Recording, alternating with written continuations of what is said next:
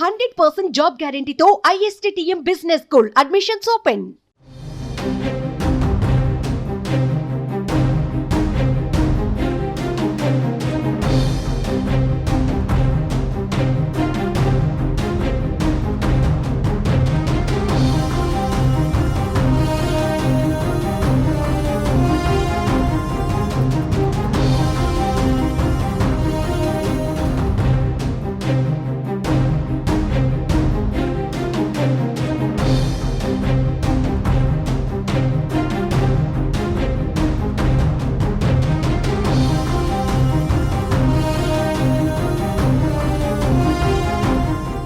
అమరావతి వాసులకు కేంద్రం good news చెప్పింది. ఏపీ సీఎం చంద్రబాబు చొరవతో రాజధాని ఔటర్ రింగ్ రోడ్డుకు కేంద్రం ఆమోదం తెలిపింది.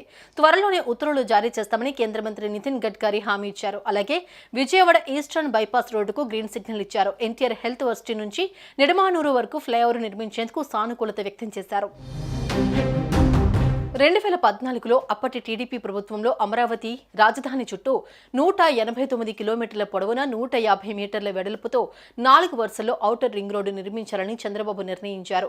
ఈ రోడ్డు నిర్మాణానికి కేంద్రం కూడా అనుమతిచ్చింది. కృష్ణా, గుంటూరు జిల్లా పరిధిలో 87 గ్రామాలను అనుసంధానం చేసేలా ఔటర్ రింగ్ రోడ్డును నిర్మించాలనుకున్నారు. ఇందుకోసం R&B అధికారులు ప్రతిపాదనలను సిద్ధం చేశారు. డిపిఆర్లు కూడా తయారు చేశారు. ఈ ఔటర్ రింగ్ రోడ్డు నిర్మాణం కోసం 3400 హెక్టార్ల భూమితో పాటు భూసేకరణకు 4000 కోట్లు అవసరమవుతాయని రాష్ట్ర ప్రభుత్వం అంచనా వేసింది. భూసేకరణతో పాటు ఔటర్ రింగ్ రోడ్డు పూర్తి నిర్మాణం కోసం మొత్తం 17,500 కోట్లు ఖర్చయ్యే అవకాశం ఉందని, భారత మాల ప్రాజెక్టు కింద నిధులు మంజూరు చేయాలని కేంద్రాన్ని ప్రభుత్వాన్ని కోరింది. ఇందుకు అప్పటి కేంద్ర ప్రభుత్వం అనుమతులు కూడా జారీ చేసింది. 2019లో జరిగిన సార్వత్రిక ఎన్నికల్లో టీడీపీ ఓడిపోయి వైసీపీ అధికారంలోకి వచ్చింది. ఆ తర్వాత ఈ ప్రాజెక్టులో జగన్ ప్రభుత్వం పట్టించుకోలేదు. తాజా ఎన్నికల్లో మళ్లీ టీడీపీ అధికారంలోకి రావడంతో ఈ ప్రాజెక్టులో కదలికొచ్చింది. అటు కేంద్రంలోనూ ఇటు రాష్ట్రంలో ఎన్డీఏ కూటమి ప్రభుత్వం అధికారంలోకి రావడంతో అమరావతి ఔటర్ రింగ్ రోడ్డుతో పాటు విభజన హామీలు ఒక్కొక్కటిగా నెరవేరుతాయని ఆ పార్టీ నేతలు భావిస్తున్నారు. ఇందులో భాగంగా ఢిల్లీ పర్యటనకు వెళ్లిన ఏపీ సీఎం చంద్రబాబు ప్రధాని మోదీతో సహా పలువురు కేంద్ర మంత్రులను కలిశారు. రాష్ట్రానికి పెట్టుబడులతో పాటు పెండింగ్ నిధులపై చర్చించారు. ఇక కేంద్ర మంత్రి నితిన్ గడ్కరీతో భేటీ అయిన Chandrababu Amaravati outer ring road నిర్మాణానికి సంబంధించిన ఆవశ్యకతను వివరించారు.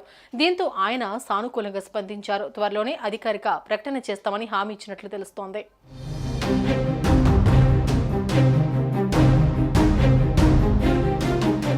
సుమన్ టీవీలో మీ పర్సనల్ అండ్ బిజినెస్ ప్రమోషన్స్ కోసం కింది నెంబర్కి కాంటాక్ట్ చేయండి.